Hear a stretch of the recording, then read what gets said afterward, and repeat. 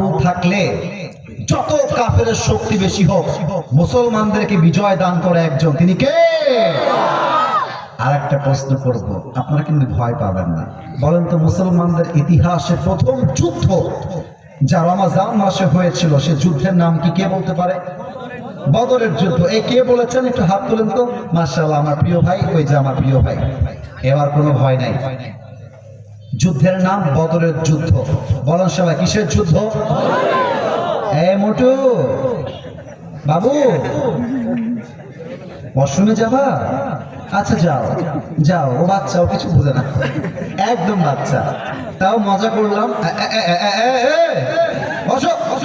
ও আবার সুনামি দেখতে আসছে এখানে, খবরদার গান বাম হবে না, সবাই একটা কাশি মারেন। নারে তাকবীর।